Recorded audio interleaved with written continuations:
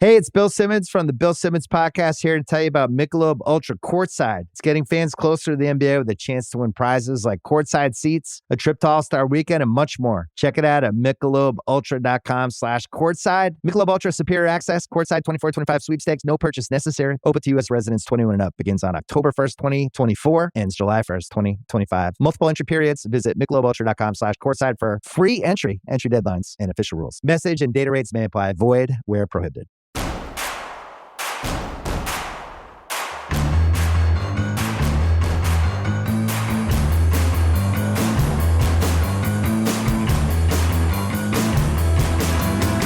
From your favorite source for Chicago White Sox talk, delivering news, interviews, analysis, and more. This is the Sox Machine Podcast with your hosts, Jim Margulis, James Fegan, and Josh Nelson. Thanks, Rob, and welcome to a new episode of the Sox Machine Podcast. I'm your host, Josh Nelson, and it's Wednesday night, December 18th, 2025, as we bring you a new episode.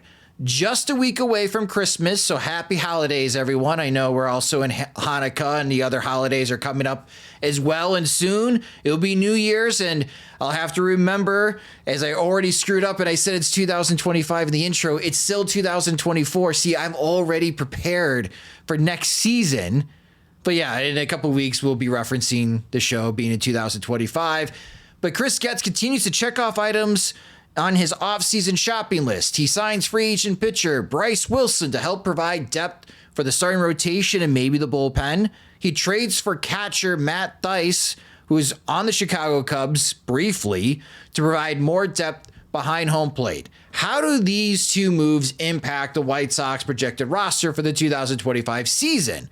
Also, the betting markets have released their 2025 MLB Futures season win totals, and the Chicago White Sox over-under is set low, like real low, like maybe the lowest preseason projected win total ever for this upcoming season.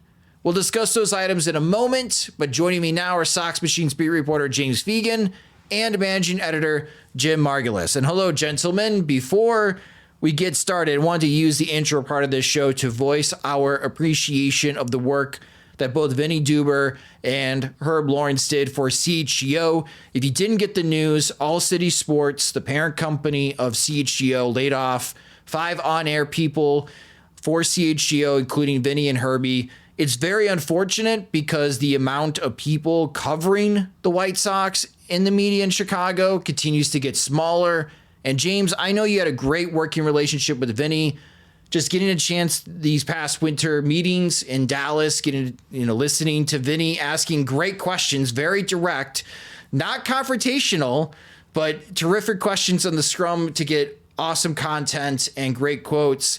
And hopefully, James, Vinnie does find another avenue to Pastor Will Venable questions for the 2025 season. I think that's one of Vinnie's great talents is that he's can kind of sing to every side of the the landscape, whether it's fans, front office, or players. As someone who put people at ease and made it's just a great hang for everyone who was around. But combine that with somebody who was a very straight shooter in press conferences and didn't apologize or didn't kind of beat around the bush with like the questions that need to be asked. And I think it's a lot of reasons that like I appreciate him a lot. I don't know if they often get translated or trickled down to like the audience as well as they could be or should be or could be utilized to be. But I think he did a big role of really improving the environment, the media environment that the White Sox operated in, and also the players responded to. Like when I was talking to just Garrett Crochet this past weekend, he was talking about how being comfortable with expecting to hear from Vinnie because that was somebody he had a good rapport with, and would always be willing to talk to because of the way he dealt with the players. It's very crushing for me that it's like somebody that I just enjoyed working alongside every day, but also just it's further chilling because just how quickly Vinnie and I are both in our 30s, and it feels like valuing just kind of being a good sounding board on the beat and providing people kind of a view of what's happening makes us feel like dinosaurs already at this stage in our careers. So It's very disheartening. I've already sent Vinnie links on where he should apply today, and I hope he's bouncing around soon. But it's also hard to be like, well, here's this obvious outlet and of where he'll go, or here's this obvious fit he'll go into, and be optimistic when, I know as well as anybody that kind of the tweets of you're so good, anybody should hire you, can quickly fade away into what seems like a landscape with other options, unless there's one particularly independent media organization that has a unique vision for how you'll fit. So it's a hard day, but it's also a very familiar day, sadly, as well. And Herbie, we love you, man. We got to find a way for you to air out your grievances. I'm sure you'll have plenty for not just the 2025 season, but in future seasons as well, as there are some big items coming for the Chicago White Sox, who now play at Rate Field. I was going to try to limit the amount of jokes about the new stadium name, Jim. But there is this line from the All-City CEO, Brandon Spano, who told the Chicago Sun-Times reporter Jeff Agrest. And I wanted to get your thoughts about this line, Jim, because, again, you've been writing and blogging about the White Sox since 2005. And he said, but sometimes you feel like you care more about the White Sox than the White Sox care about the White Sox. So that makes it tough as an excuse on why they at CHGO are going to be cutting down a lot of their baseball coverage. Ryan Herrera, who was the beat reporter of the Chicago Cubs, was also laid off. So how do you feel about that, Jim, about that statement from Brandon Spano? Well, part of it was the heartbreaking worst person makes a great point. Nodding at a time where you don't want to agree with what he's saying, and then all of a sudden, it doesn't quite maybe seem entirely fair, because it does seem like they've cut across baseball, or their cuts have been baseball heavy and hockey heavy. Yeah. Two sports that hockey's been a niche sport. It's of the four major sports has had the least foothold on the public imagination, so to speak. And there's always been gripe about hockey fans that they don't get enough coverage, and baseball's kind of sliding that way. I remember seeing Lawrence Holmes soliciting book ideas for his class for like great nonfiction sports reads, and John Greenberg was saying baseball just not doesn't resonate, even though there are a lot of great books about baseball among college students coming in, don't really want to read about it. So I think while the Whites, there is truth with the White Sox, it is a particularly hard sell. I mean, I was on that side with SB Nation, just that they didn't really want to invest in White Sox coverage. They didn't quite pull the rug out from under me like they did with the next administration, but the writing was on the wall. We're not going to invest. And the White Sox are not one of our core products here. And so when I read that, I've been on that side of just having to make your own fun, having to make your own environment that works. And one of the reasons why I'm annoyed by Chris Getz being able to easily compartmentalize the worst season or losing a season in baseball history by saying these are necessary changes. A lot of people suffer because of how bad the product is, both inside the building, vendors, and then outside the building, us, and I don't try to talk about it too much because it is self-serving, but in the case of losing 2 out of their 3 White Sox people at CHGO, there you see a very concrete example of just what it looks like when the White Sox do not draw eyes. And when you have having seen this with SB Nation Chicago, and when you have an entity that's trying to cover all 5 teams equally, and then you look at the numbers and you look at where traffic's going, and you look at if you have to cut costs, White Sox are easy to cut from, or White Sox are easy to deprioritize, and everything kind of funnels up to the Bears, definitely, and then the Bulls if they're interesting, and the Cubs if they're interesting, Blackhawks, and then White Sox kind of always straggling. So the White Sox cannot take this for granted. I think I remember Rick Hahn sounding off about when James is let go, and I was thinking part of it's your problem. Part of it's, you're not that interesting of a team. You have to earn coverage to a certain respect. You can't say, well, the Cubs are also in town, so, they have to treat us equally. It's the fair time, equal time doctrine.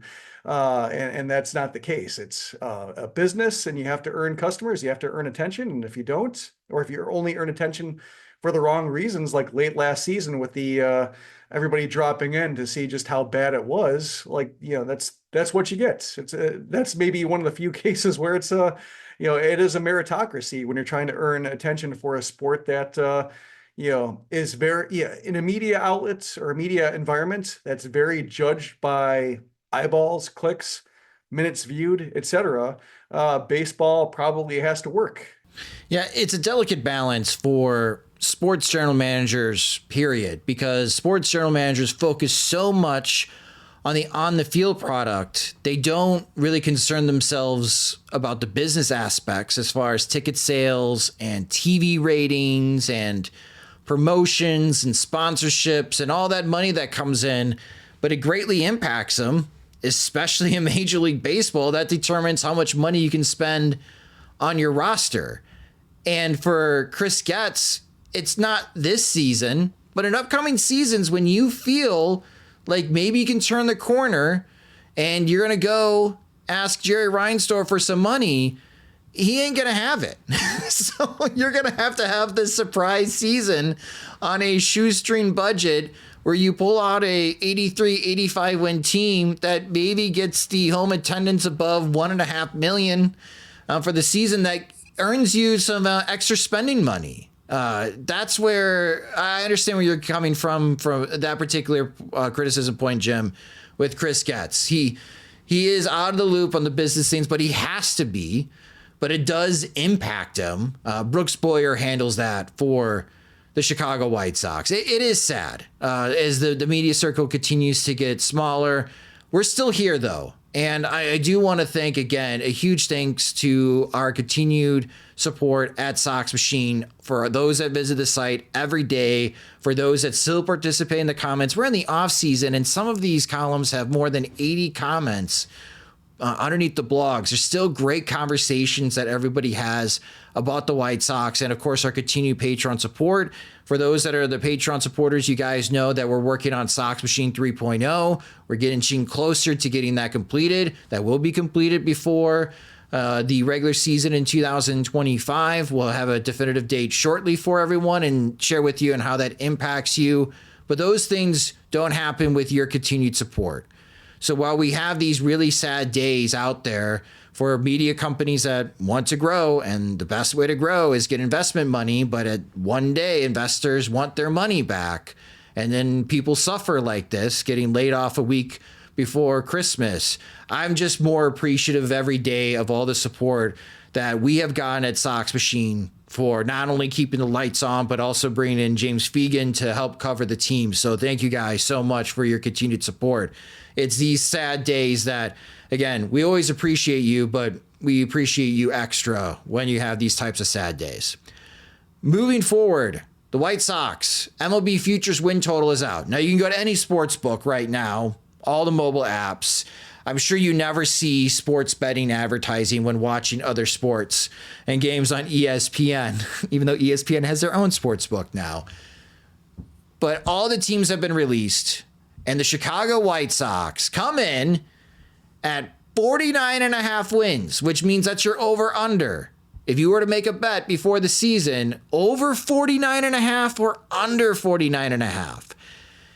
Now, this I find incredibly interesting because this is incredibly low projected win total, especially from a resource where they're trying to make money off of you. Colin Whitchurch last year on the Action Network went into a deep dive on this particular topic all the way back to 1990 and found that the lowest total ever before season started was 57 wins. 49.5 is a gigantic difference. That's a huge gap from the previous low of 57. So, James, is this win projection too low from the betting market? I mean, I know a lot of White Sox fans are asking the questions like, how is this team going to be better in 2025? We've lost Garrett Crochet. I'm still unsure. It feels like they're going to win 40 games again. Do you still get that sense, or is there like a spring of optimism from you? Like, there's just no way they lose 121 games again. I don't know what you're worried about. This is projecting like at least an 8-game win I think that's down ballot manager of the year votes for Will Venable in his back pocket. I mean, he wins 55 games. He's probably swung one of the bigger improvements in the league, if not the biggest. I mostly saw and thought like it's about right. I think this roster as is, and like it probably has more potential to get significantly worse, or at least lower upside over the close of the offseason than get significantly better. Is not convincingly stronger than what they had last year. It mostly is me like buying into the concept of like, look, baseball's being played for a very long time. 121 losses is a lot of like rolling snake eyes on a number of things that could have broken better. Even if you don't think, I mean, I think you could just roll out that team last year another 50 times and they probably do better. Probably 49 times. Like a lot of things went wrong. They lost a lot of games in comically absurd fashion. They blew a hellacious amount of saves. Yeah, like I don't think their defense like looks like personnel upgraded from last year, but I still think just in terms of things they could control, in terms of how sloppy like the relays were, how many times assignments, sort of the ideas they had positioning wise, like even if they wind up playing like a lot of Mike Tauchman and Austin Slater in center, they possibly outperform a couple of years older Tommy Pham did out there for a bulk of the first half. I don't know, maybe, probably. I just think like there's a lot of things that were as bad as possible to lead them to historically awful. I know like it's a very simple form analysis to just look at how many wins they did last year and look at their offseason and then did they add wins or did they lose it? But I think 121, it's never happened before. Like 150 years. Like I know that the team doesn't look like it gotten significantly better, but like it was a very bad dice roll on top of like an awful team. They put themselves in position for if things broke bad, they would be historically awful. They built a very bad team as a result of a lot of organizational rot. They deserve the smearing that they got for producing that product, but it was still like an outlier statistically. Like I don't know how they keep getting worse every year, and I still getting in the position where I'm like the high man on them. I feel like I'm trapped in some sort of like malevolent mastermind's game of constantly making myself crazy, but like, no, I don't think there's any way they lose 120 games again next year. How could that happen? I don't know how it happened the first time. You're asking me to like think it's gonna happen twice? That's unimaginable. I can't cope with it. I'll take over 49 very slightly. I'll take 50.5, but I don't know what I'll do. Could. I mean, there's some sports books. I got a text that I already saw our reaction online and looking to bump it up to 51.5. Jim, let me repurpose this question to you. Your gut feeling right now, mid-December, does this feel like a 50 and 112 team for the White Sox? Yeah. I mean, it's hard to do that. And like, the thing about last year is you had like had a combination of like a whole bunch of disastrous performances in high leverage situations, be it the defense, bullpen, like 90 feet deciding a lot of games because the White Sox just gave up 90 feet in a lot of ways or ran themselves out of innings. Yeah, you just wrote about that on SoxMachine.com if you didn't get a chance to read it.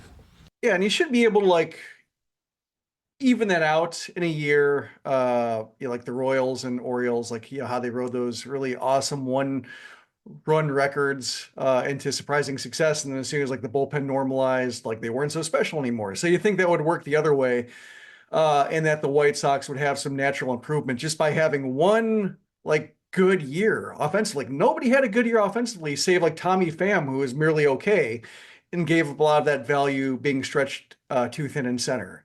And like his OPS plus is like 105 or something like that. Everybody else was a double-digit OPS plus. Nobody had an above-average year. So all it takes is like one breakout performance to probably make that better. And so like it's a case where, yeah, it's very tough to lose that many games 2 years in a row. But when you look at the name brand talent on the roster, it's not there. And when you look at how many guys might be playing out of position or be like in the red defensively, like that factor is still there. When you look at the bullpen, who's going to be the closer in this bullpen? Justin Anderson, probably by simply status or having done it before at all. I'm guessing so, but the bullpen looks like very rickety to where you can imagine a whole bunch of guys being asked to try to close out games and failing because you have like Ron Marinaccio, who's like, I keep forgetting he's on the 40-man roster. He's penciled in right now on the depth chart and Fangraphs. And like, maybe, like, could be the case. But yeah, that's how they are. Like the White Sox are trolling P-Knowles on Twitter with Gus Varland videos. And like, Gus Varland might be like the second best reliever they have, or third best reliever. And they have to define who he is to, a decent chunk of their fan base.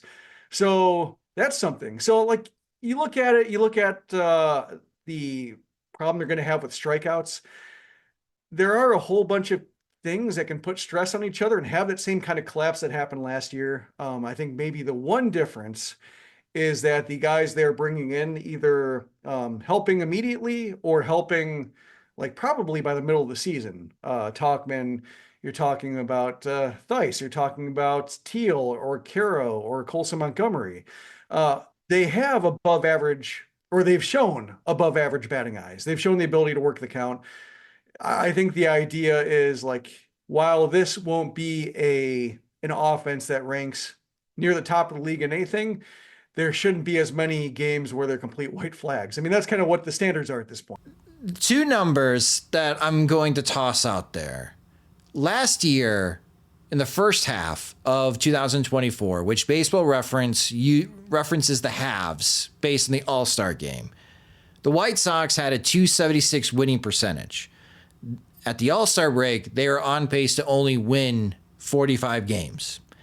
Post All-Star break, the White Sox winning percentage was .219. So the way they played post All-Star break would be on pace to finish with only 35 wins.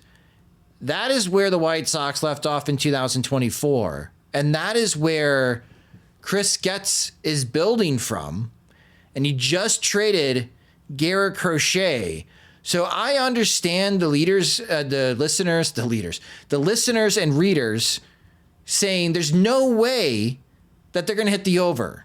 There's no way they're going to win 50 games. I don't even know if they're going to win 40 games. And the way the White Sox played last year suggests they might be right. Like maybe the over under should be 40.5 wins to see if they actually finish better than last year. But this is, to James's point, there was a lot of bad luck last year. If things do regress to the mean, the White Sox actually had a higher winning percentage in one-run games. They were 13-29. That's a .310 winning percentage. Maybe they play more one-run games in 2025, even though that would be very hectic and stressful for us watching this team. But that would increase the winning percentage for the White Sox, and hopefully Will Venable connects with this team and with the new coaches helps better develop who they are bringing in.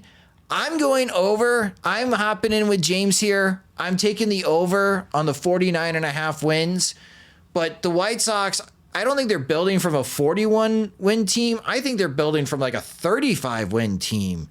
So if they can get to 50 plus wins, I'm going to look at that as like a 15 plus win improvement. And then I might be a bigger believer, James, in Will Venable and the front office staff that Chris Getz is putting together. But man, what a low bar. Like, what's the saying from Michael Jordan? The ceiling is the roof. I don't even know what the floor is here. I don't even know what the floor could possibly be for the White Sox. The potholes that are underneath the viaduct on 35th Street by Rate Field. To be clear, no one to this day really knows what Michael Jordan was talking about. So that sort of chaotic rambling seems appropriate for this. Well, let us know in the comments section how you guys feel about the Futures Win total, which side that you would take right now. But right now it's at 49.5, and I can't wait to see what Pacoda and Zips has to say for win projections for the upcoming season. But right now, the people that want to make money off of you are setting it pretty low. If you're like me, you're looking for an edge for sports betting. So when I heard Masterclass had a new class on beating the odds, taught by the pros who have made millions, I had to check it out. With Masterclass, you can learn from the best to become your best. Masterclass is the only streaming platform where you can learn and grow with over 200 of the world's best. For just $10 a month, an annual membership with Masterclass gets you unlimited access to every instructor. And you can access Masterclass on your phone, computer, smart TV, or even in audio mode. Novice bettors are at a huge disadvantage, with most losing early and fast. Before, the knowledge needed to level up was hard to come by. Now there's Masterclass, and the classes really make a difference. 88% of members feel that Masterclass has made a positive impact on their lives. I use it, and you should too. Plus, every new membership comes with a 30-day money-back guarantee. So don't wait another moment to start your learning journey with Masterclass. And Masterclass always has great offers during the holidays, sometimes up to as much as 50% off. Head over to masterclass.com/Blue Wire for their current offer. That's up to 50% off at masterclass.com/Blue Wire. That's masterclass.com/Blue Wire. And remember, all sports betting involves risk, and you're responsible for complying with all sports betting laws in your jurisdiction. Hey, it's Austin James. Yes, I'm living with diabetes, but it doesn't have to define me. Thanks to the Freestyle Libre 3 Plus sensor, I get real-time glucose readings throughout the day. The Freestyle Libre 3 Plus sensor is small and easy to wear, giving me the freedom to focus on my life as a parent and a musician. Now this is progress. You can get a free sensor at freestylelibre.us. Offer available for people who qualify. Visit myfreestyle.us to see all terms and conditions. Certain exclusions apply. Data on file, Abbott Diabetes Care. For prescription only. Safety info found at freestylelibre.us. The Chicago White Sox, roster-wise, made 2 moves this week. Moves that will be part of the 26-man roster, we assume, on opening day in 2025. Starting with the catching position, the White Sox traded for Matt Thaiss, who is part of the Los Angeles Angels for several years, was briefly on the Chicago Cubs this offseason, but the Cubs signed Carson Kelly to a contract that was a lot larger than I was thinking when I wrote about my Black Friday specials on SoxMachine.com. Carson Kelly got a pretty nice payday, so Matt Thaiss becomes available. The White Sox trade for Matt Thaiss. Thaiss agreed to a $1 million salary for this upcoming season to avoid arbitration, so a cheap solution for the White Sox. Last year, in limited playing time, Baseball Savant likes Theiss's blocking skills. The throwing could be better. The framing could be better as well, and we'll see on how he handles a pitching staff. But Jim, with this trade, are we now looking at Corey Lee and Matt Thaiss as the primary catchers to start 2025? And is Matt Thaiss good enough to seriously challenge Corey Lee to be the starting catcher? Yeah, I think so. We were talking about like Tucker Barnhart last time around in terms of like the veteran catcher who has some. And he signed a minor league deal, right? Yes. Texas, and, yes. Yep. So like, we were talking about him in terms of like, just a credible, been around veteran who can, credibly call a game, even if all the other skills are deteriorating, and just buys you a month till you find out what, Corey Lee can do, maybe coming back to the starting role, and then what Kyle Teel and Edgar Quero have in store and early in their seasons. And this serves the same purpose, although like maybe a little bit more upside. There's also more downside just because he's so inexperienced a catcher. Like some background on him, he was drafted out of Virginia as a catcher, but then the Angels immediately abandoned that, thinking that he was going to matriculate up the ladder faster, being a bat first guy, play him at first, play him at third, move him around. Bat didn't really develop in the way that they thought. So like late in his 5 years later, 2021, they're like, let's move you back to catcher, see if he still got it. And one of the interesting things here is that Drew Butera was his teammate at AAA with the Angels, then was a catching coach, and had some positive things to say with him and some news coverage at the time as Thaiss was making this comeback. Whether that was, we're asking a lot of this guy, I'm not going to smear him because like it's clearly been desperate times, because they did have some injuries. Stassi got hurt, Ohapi got hurt, and so like Thaiss was thrust into this, well, you're going to be catching a lot more than we thought. Whether it was a case of speaking well of him to try to just, keep him engaged and keep him optimistic about his chance to get better, or whether it's a case of like he's actually good enough, or like the skills were maybe the weaknesses were overstated on draft day, and this kind of second to third catcher role was always available to him. I imagine the fact that the White Sox acquired him while Butera is their catching coach now makes me think that Butera wasn't just blowing smoke or trying to pump up a guy who just didn't have it. So I would be optimistic in the fact that, he's not a terrible hitter for a catcher. Maybe there is some upside with Walker McKinven being there and Butera being there. Like, we can continue to develop him a little bit. And there's a little bit more development than usual for a 30-year-old catcher. Like, those are things that make him interesting. They're also things that can make him a case of like, what do you do well? If you block okay, but your game calling's not a strength and your framing's not strength, you're kind of circling around this thing like Corey Lee is currently dealing with, where he throws really well. He has a defined attribute behind the plate, but it's not nearly enough to cover for all the weaknesses. So I think that's the risk of bringing in Thaiss to pair with Corey Lee. But I think he's interesting enough and serves the same purpose as these catchers we've been batting around to be. Takes the immediate heat off Teel and Quero, eminently rosterable, certainly more playable than Chucky Robinson was last year. And I think Robinson, again, like they seemed like his game calling, seemed to like his presence behind the plate, just his bat was not major league ready. I think everybody talking about in this role of keeping Teel or Quero at bay and allowing them to incubate. They all have at least one crippling flaw that prevents them from anybody from getting too excited, but he serves the purpose. And I think that's where you're at right now is just, and he doesn't look out of place in any roster. So the fact that the White Sox are rostering him, the beggars can't be choosers. James, you're going to have excellent content on SoxMachine.com. You got a chance to interview and continue to do interviews for the new faces. Join the Chicago White Sox post Garrett Crochet trade.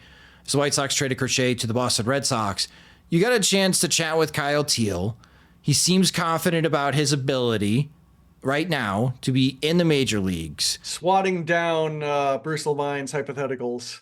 Yes. Saying a 10-year position player, 15-year or a 15-year position player, 10-year catcher, yes. And he chose 15-year catcher. We saw last year the White Sox best laid plans for catcher get derailed because with either injuries or other off the field stuff. Max Stassi didn't see any time with the White Sox, and we thought we were going to see. We had actually that conversation in our opening day Eve show. Who was going to get more starts, Martin Maldonado or Max Stassi? Neither ended up winning that answer. It ended up being Corey Lee.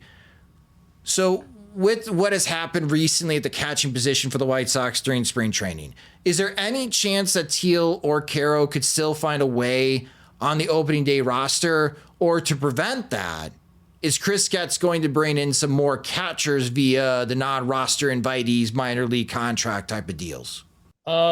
Yes and no. I would think there's at least one more like NRI from the catching spot, especially after losing Robinson.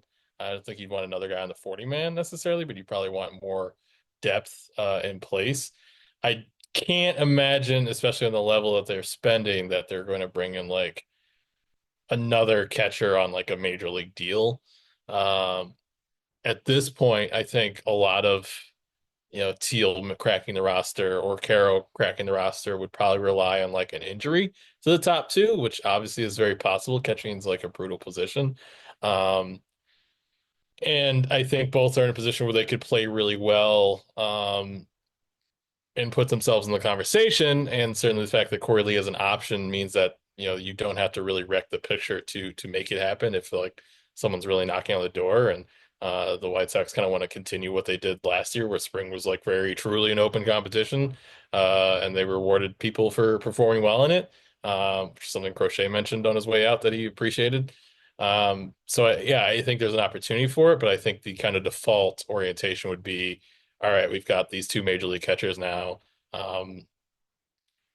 Not a good offensive platoon, but at least like complementary skill set offensive platoon. One does hit lefties better, one hits righties better. And you were kind of in a good position where you don't have to rush either one of your, kind of top prospects who hasn't really played even a half season of AAA yet. or in Teel's case, like hasn't really hit there just quite yet. Not that he did poorly, but it wasn't like he killed AA, and that obviously didn't translate right away.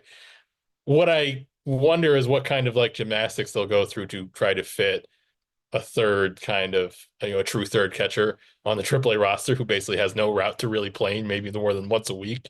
If like you have 2 top 100 prospects probably catching 2-3 times a week down there and splitting time with each other already, but you kind of need that guy so you're not necessarily forced to promote not quite ready Quero or not quite ready Teel, especially with neither of them on the 40-man roster yet, for something like a 7-day concussion IL or any other random where catchers lose time or lose pieces of their fingers and whatnot. What happens to them? So yeah, I think they could do that. I think that'll be the exciting thing of spring training, of watching like whether these catchers are demanding a job. I look very forward to like Edgar Quero having 30 great at bats against AA arms, and like people saying like, how can you not let a guy who's hitting 400 break camp? That'll be fun to talk about. It is every year. I think the default setting kind of leaves their prospects, leaves them protected from having to do that or being obligated to do that. But we just saw last year how best laid plans for having seemingly 2 decent rebuilding veteran catchers can go awry. Spend some cash on them too. Yeah, I think when it comes to the extra catchers, I think, they will be hard pressed to bring in like a good NRI, just because I think any catcher looking for a third catcher job will say like, I might not be the 5th catcher, or I'm not sure I'll be the 5th catcher on this roster if I'm not getting regular at bats there.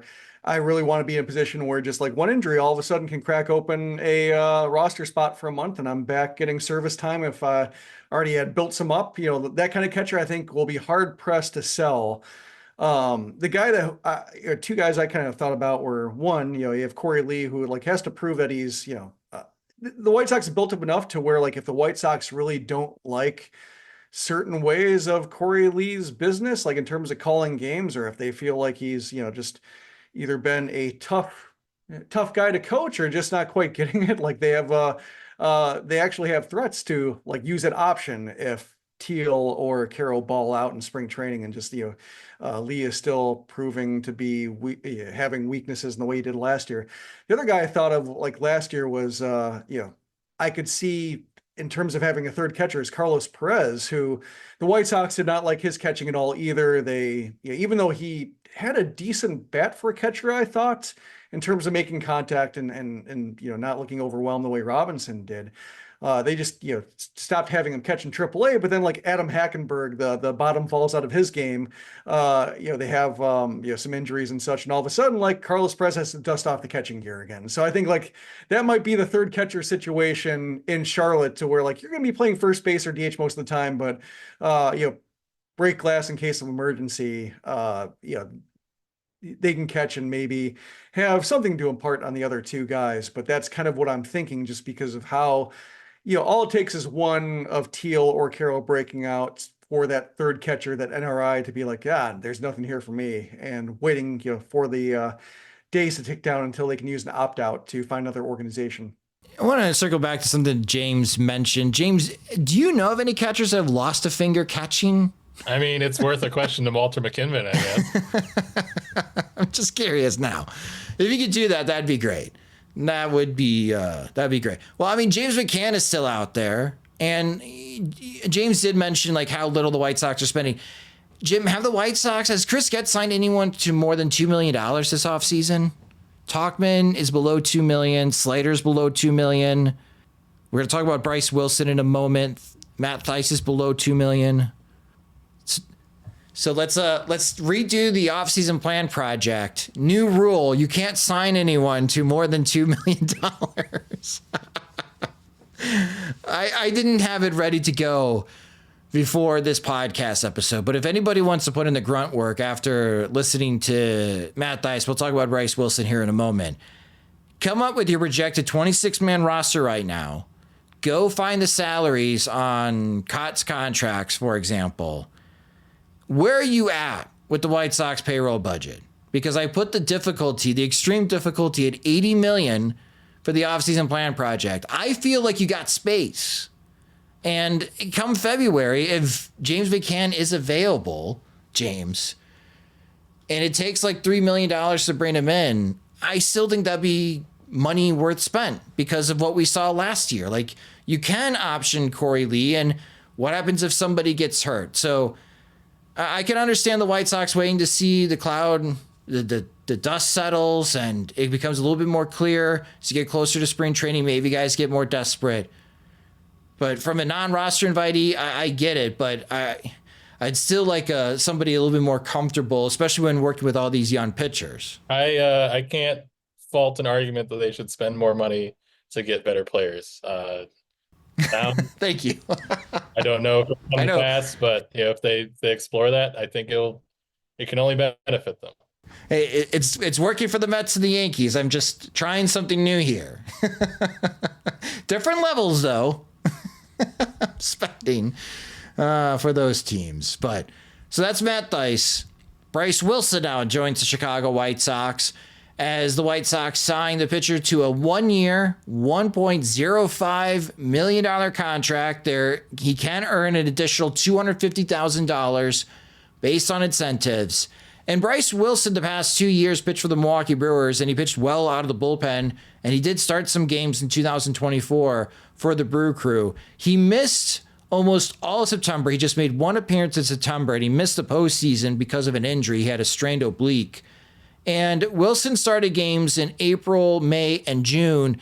And there is a difference in quality. There was one bad start for Wilson against Detroit during this stretch that really jacked up his ERA. But as a starter last year for the Brewers in 9 starts, Bryse Wilson had a 4.75 ERA. He only had 31 strikeouts to 21 walks. As a reliever, Bryse Wilson had a 3.57 ERA, 51 strikeouts to just 10 walks. So, James, based on what Wilson's been able to do for the Milwaukee Brewers, is this a straight up opportunity for the White Sox to replace Chris Flexen in the starting rotation, or is Bryse Wilson the answer of who's replacing Mike Soroka in the bullpen? Why not both? Why not? Why can't we have the best of both worlds? I think he's really situated might be overstated. I think he's really situated to be somebody who at the end of March is probably a really good candidate, or maybe the leader in the clubhouse, so to speak, right now to be your 5th starter, because he's got an innings base to work off of that before. You've seen he's very Chris Flexen-y. He throws his cutter a lot. He gets a lot of lazy fly balls. He's more strike throwing than missing bats. The cutter is something he added in Milwaukee. It made him viable against lefties, but it's still like he's still someone who could use maybe a stronger emerging third pitch. The curveball is something that like grades out and stuff metrics, but isn't necessarily as aligned with his arsenal because he's sinker cutter as much as like finding a good changeup might be, or something with his 4-seamer where he's able to use it more effectively. But he's also, I think, because he's done it before, you watched him literally do it with Milwaukee. You have Kai Bush, you have Nick Nastrini, you have Mason Adams. Right now, with the way their years finished out, I wouldn't say they're great bets to beat out Wilson in spring, and that obviously is, you're probably happier if they do show really well and make a case for it. But with that, and then your actual elite prospects with Noah Schultz and Hagen Smith, who you can very easily, especially with Schultz, see him dominating AAA, where it's kind of like, what do we do here? A little bit like even running into innings limits, but also running into how much are you going to let him play with his food down there. He's in a really good situation where ideally he's overtaken by developments in the system that could push him to a bulk role, which he can do and transition to in the second half of the year. So yeah, he could be Chris Flexen in the opening months. He could be Michael Soroka by the end of the year. The metaphor didn't really work, but I mostly should I be on record saying Chris Flexen in the streets, Mike Soroka in the sheets? Because it doesn't make any sense. One's daytime, one's nighttime, I guess. But he could transition role-wise, is what I'm thinking. I don't even know what to say, James. Yeah, Chris Flexen in the streets, Mike Soroka in the sheets. Okay. I'm getting a lot of feedback. Not all of it's good. Sir. Yeah, I like early innings, late innings, early innings streets, late inning sheets. There you go. Here we go. It works. I saved it. We workshopped it. Okay. All right. All right. To follow James's points that he was making about Wilson's role, Jim, the projected starting rotation, again, we're at mid-December here and things could change. But if I had to guess for opening day, I'm looking at what? Jonathan Cannon being the opening day starter, Drew Thorpe, Sean Burke, Davis Martin, and Bryse Wilson. Does that sound spot on right now? Yeah, I guess with Thorpe being let's see how he looks after having bone spurs removed in his elbow, like make sure that his stuff's all the way back, that he's not, not having the velocity issues or the weird cutter issues he's having last year. So I'd hope that they would afford him a little bit of grace to make sure, like after, missing the last couple months of the season, if they have to lower the degree of difficulty, get him on track. I think he's important enough to not immediately throw the Wolves, just to try to hit that over on 49.5 wins. So yeah, that's kind of how it's looking. And one thing that jumped out to me is like with Wilson, major league pitcher, certainly he's one of those guys that the Brewers used, kind of anonymously to be like, wait, he's 6-0 out of the bullpen. And they have 2 starters and they're a bunch of, fashioning a whole bunch of 9-inning games and wins out of pitchers you never heard of or guys you might not use in a role. And, that's all well and good, but, for a team that could use like breakouts and, James relayed from Brian Bannister calling them upside surprises. Like, I don't see the upside surprise here. And I think that speaks to how hot the pitching market is and how anybody who might command a shot in the dark type contract to try to capitalize on something that might miss bats or, a usage pattern that might benefit a guy, like those guys are probably getting paid more than anybody thought. So now you're getting down to the Bryse Wilsons of like, we're just hoping for weird contact for 4 innings. And we can use that because like, who knows, like they could be Bryse Wilson, Shane Smith getting you through 6 innings in one order or another based on just, how susceptible they are to the third time through versus how how good their stuff looks through 50, 60 pitches. Like that's kind of what you're looking at right now, but like those aren't guys who are going to be traded for, kind of like how Chris Flexen wasn't traded for. Chris Flexen was fine. He, nearly qualified for the ERA title, helped get you through games, helped save the bullpen, served a purpose. Tip your hat for, some valuable, innings not thrown by younger pitchers who didn't deserve to be there.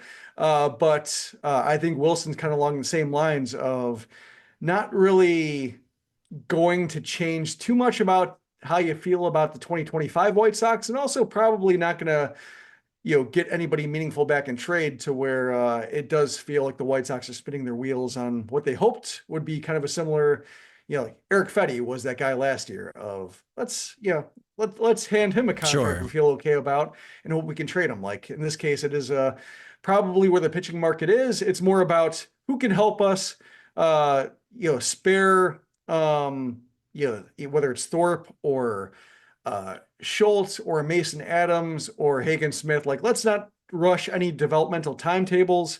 But that's really all you're hoping for is like internal insulation versus somebody can really break out and be somebody who other teams want come June or July. You did look pretty raw at the end of the year, but Getz did make a mention of like Javier Arte competing for a rotation spot at the winter meetings. They did give him that kind of early bullpen, like late season bullpen assignment for that kind of reason, so he could transition into it. It did seem like his fastball was pretty out of whack by the time of the season. I think they were trying to get him to stop throwing a sinker when he's supposed to be throwing a foot receiver. So it doesn't speak to how close he was, but they did that with him and Jake Heater. So there are probably 2 more names to consider as at least people they have on their radar to compete for a role at some point in the year, even if opening day seems a little far-fetched. If Wilson is bouncing back and forth from the starting rotation to the bullpen, but he's still able to carry the same type of workload that he did for the Brewers. Again, he missed almost all of September in the postseason, but Wilson still pitched more than 104 innings last year. And according to Baseball Reference, his ERA plus was 104, so he was 4% better than league average. Yeah, the FIP is not pretty, 5.09. But again, he got beat up as a starter. He was better out of the bullpen. If the White Sox can get 100 innings out of Bryse Wilson at an ERA plus better than 100, this is money well spent. Like, congratulations. Bryse Wilson did what the White Sox were hoping for. This is a guy who 8 innings. A lot of Bryse Wilson went 4 2/3, but only gave up 2 runs. That third time to the order was coming up.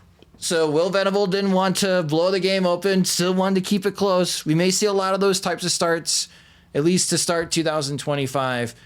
I think this is a solid addition, but yeah, my expectations are just as low as they were for Chris Flexen, and Flexen did surprise me at the end. In terms of when it comes to the White Sox, getting what you ask for, but not in the way you expected. One possibility of Chris Flexen and Michael Soroka combining is a 3-25 record. Is it their fault though? I mean, come on. There's a lot of bad bounces. There's some bad luck. I can see myself writing. You have to get pretty deep in the game to get 28 decisions right now. So innings are innings. That's a 107 winning percentage, 3-25. God damn. Oh, man. Well, our last segment we'll talk about in this episode of the podcast. Again, we're a week away from Christmas. The holidays are coming up, so our schedule gets a little broken up here in the next couple of weeks as we get through the holiday season and through New Year's. But James has been working really hard. He's been doing a lot of Zooms with a number of people for the White Sox. So James, hype it up, man. Give us some ideas of some of the interviews that are coming up on SoxMachine.com. Well, I've been trying to do stuff on, one, we heard from Chase Mydreth and Wilkerman Gonzalez earlier Wednesday when they got pushed off by the Bryse Wilson news siren. But Mydreth is somebody who it's kind of like somebody needs to test out whether this works. He's someone who absolutely, like, statistical models love, because if you make a ton of content and don't swing at balls, like, the computer can't figure out what you're doing wrong. But scouts kind of constantly think,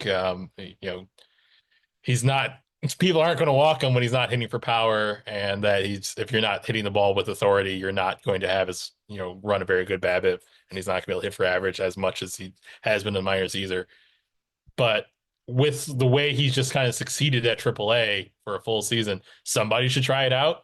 The White Sox do not have something better running than finding it out. So I think he's pretty game for that. And even if I think he probably has to commute, he expressed comfort with both second base and short. But I think scouts talk more about him fitting like second base, third base, left field. And, Mydreth seemed, while he hasn't picked up an outfield glove at any point, college or pros, he sounded willing to do that. And that could give him a kind of a longer existence of somebody who plays at 3 or 4 different positions, and he's going to put the ball in play, he's going to run long at bats, and he kind of takes pride in that. Wickelman's trying to build off a pretty good last couple of months where his control time did come in place. That's really, first half is where you hear a lot of scouting opinions of like, I don't know how this guy's ever going to start. It was pretty ugly. He kind of talked about how things would snowball in him if he walked the guy and he get too concerned with like running game and fall out of his mechanics and stuff like that. Whereas I think the second half gives you a lot more view of the White Sox thinking like this is a good puncher's chance of starting with plus stuff. So he talked a bit about how that was a boost in the second half, and working a little bit on talking to people who really college and private coaches of Brady Montgomery, because no one's really seen him play professional baseball, which is something ultimately that I've heard, from some scouts who I was hearing some back and forth with some people thinking strikes out too much, he's a bust. He's could be kind of an inglorious regular, or he could be, a guy who hits for big power. Is that no one's seen him play pro ball, so no one really knows how it translates. But was talking with Texas A&M head coach, and also his assistant coach and had charge of hitting last year with him, Coach Early with A&M, and he really talked about they played against him when he was at Stanford, and they thought like the tools are there, the bat speed's there. It's really what they felt the strikeouts were centered around zone discipline, and he came to A&M as a transfer, and they had an I-pitch machine. They don't have trajects like the White Sox are getting, I hear, but that Montgomery had just like unbridled enthusiasm for working with like advanced tech, and that was something they felt really boosted his zone discipline and got him taking off. And there's a lot more off speed being thrown these days, as Early talked about a little bit. So it's hard to just say like, if you have enough bat speed, you should be able to hit. But he's someone that he feels with his rotational speed, with how fast his hands are. He says like, this guy can catch up to anybody's four-seamer with ride. He can track it. So like the old saying goes, if you can keep up with the fastest pitch, everything else should be able to time up for you. And he's got the skills to do that. So it might be a little bit longer development track than we think for somebody who crushed SEC baseball. But they really feel like the raw tools are there if he develops right, and the enthusiasm for going to work with new technology. So that's something I'm drilling in a little bit more on, as maybe one day the White Sox might have a fixture in right field years from now. I'm old enough to remember it once it did happen, but maybe it can happen again. It could happen again. The White Sox had an all-star in right field. All-star up. I bought the jersey of a White Sox right fielder as a kid, and it like was useful for several years, not just like till the next trade deadline. It was great. Good old Mags. Did he get invited to Sox Fest? Is Maglio even allowed to enter the United States of America? The closest I ever got to Maglio was like, we had times in place for him to discuss the Tigers 2000 brawl, and it fell through. But I was very much informed that he was willing to reminisce about the wonderful day in baseball. So one day, maybe for Sox Machine, we can revisit that. Again, I'm really looking forward to these interviews and the content on SoxMachine.com. I hope you are as well, podcast listeners. So even though the holidays are coming up, continue to visit SoxMachine.com every single day. We'll have something new for you guys to get through the holidays and to get to New Year. And then we'll be officially talking about 2025. But that will do it for this episode of the Sox Machine podcast. Thank you guys so much for listening. If you just discovered the Sox Machine podcast, you can subscribe to the show wherever you listen to podcasts, such as Spotify and Apple Music. You can also listen and watch the show on our YouTube channel at youtube.com/Sox Machine. We're on social media. We're on all the platforms. You can follow us at Sox Machine on Blue Sky. We're at SoxMachine.com. James and I are there as well. You can follow James on social media at JR Fegan. You can follow me at SoxMachine_Josh. If you enjoy our work, and like we mentioned in the beginning part of the show, if you want to help continue our efforts in covering the Chicago White Sox, so we watch the White Sox so you don't have to, you can help support us at patreon.com/Sox Machine. Our Patreon members get ad-free versions of both the podcast and the website. We also have other tiers of support, in which our $25 tier and our Veterans Committee, they'll be joining us for a Zoom call this upcoming Monday night on December 23rd at 8 p.m. Central Time. So whatever is on your mind about the Chicago White Sox, you'll be able to ask directly to Jim and James on a Zoom call. If you're interested in that type of our coverage, helping support our coverage, of course, but also that type of access, you can go ahead and sign up at patreon.com/Sox Machine. The Sox Machine podcast is a production of SoxMachine.com. You're on for all things Chicago White Sox baseball and part of the Blue Wire Podcast Network. Alongside Jim Margulis and James Fegan, I'm Josh Nelson. Thanks for listening and watching.